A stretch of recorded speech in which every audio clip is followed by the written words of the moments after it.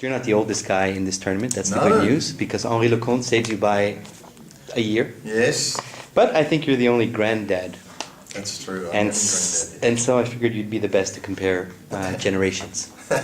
Prize money Wimbledon 1987, $220-some thousand. That went to my to the lawyers, I think. My divorce. Yeah. Versus 2011, $865,000. I think it was interesting time of the 80s where we had some great big huge names. I mean, it really was the golden era of tennis where anybody out of 11 people could have won a Grand Slam, really, and it created a lot of interest. We opened all of a sudden Europe started becoming more dominant, with guys like Boris Beck and Michael Stick. Sweden was always there with Wilander and of course Borg and Wilander, but the domination was slightly taken away from the Americans, and it opened the world to tennis in a wider sense. Andres Gomez, for instance, from Ecuador, won for the French Open around the 90, I think it was 89, 90, and of course Andre Agassi and these guys started coming through then. So I think it was a really golden era.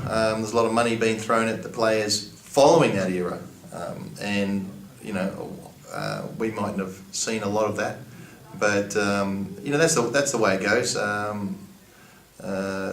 It's great that tennis has boomed, and it's continuing to do so well, and I'm happy that anybody can make money out of tennis is doing well. It's a tough sport, so these guys make millions. I think they deserve it, every cent of it. In 1987, I'd like to see some of it though. In 1987, you played 63 matches in one season, and you were, I think, You ended 7 in the world, or 6, 7 in the world. Tsonga in 2011, who ended 6 or 7, played 79. It was different circuit. We had 2 circuits going then as well. We had the WCT circuit, which was in America. So it was almost like a rival circuit. We had a lot of exhibition matches too. Now it's all combined. You can't sort of play these outside exhibitions other than the odd day or whatever.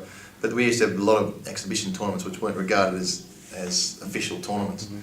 So the numbers in those days, you'd see a player playing 14 tournaments, which was a lot. Now, 14 tournaments is not much. I mean, I think maybe Roger or Rafa would do that to pace themselves to, now at the end of their career, knowing that they get to the final all the time. But it's, it was different then. I think we played a lot. We probably travelled randomly more. We had a tournament here, a tournament there. We had tournaments all over the place. So we were probably on the plane more than these guys.